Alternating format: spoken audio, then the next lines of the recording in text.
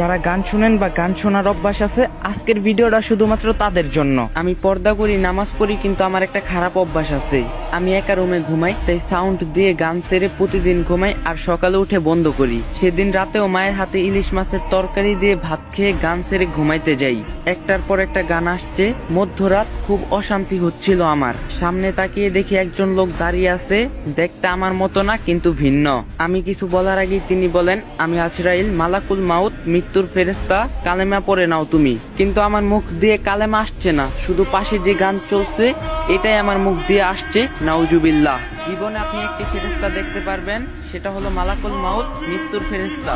আমি ছটফট করতে লাগলাম আর কালেমা পড়ার চেষ্টা করলাম, কিন্তু কোনো রকমেই মুখ দিয়ে কালেমা আসছে না, আর পাশ থেকে গানও বন্ধ করতে পারছি না। হঠাৎ চিৎকার দিয়ে উঠে বসে পড়ি, পাশে দেখি সাদা কালো সাদা গান চলছে, সাথে সাথে সাউন্ড বক্স ভেঙে ফেললাম।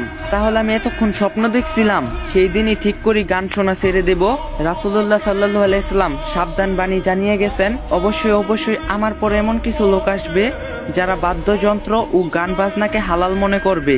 আমার চেষ্টা শুরু, দীর্ঘক্ষণ নিজেকে বিরত রাখার পর হঠাৎ মনের মধ্যে একটা উস্কানি আসে, একটু শুনেই ফেলি। ফলাফল সর্বরূপ মিউজিক থেকে বের হওয়াটা আমার জন্য কঠিন হয়ে গিয়েছিল। সিদ্ধান্ত নিয়েছি, যখন গান শুনতে মন চাইবে তখন মনকে বলবো, এই মন, তোমার খুব ইচ্ছা নাকি জাহান্নামের আগুনে জ্বলতে?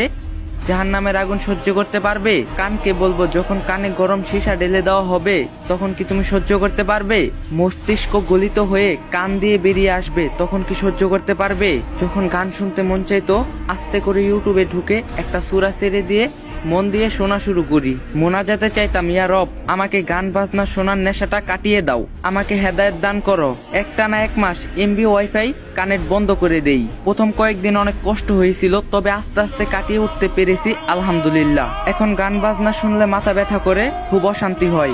গান বাজনা একদমই সহ্য করতে পারি না, আলহামদুলিল্লাহ। আমি পেরেছি, আপনি কেন পারবেন না?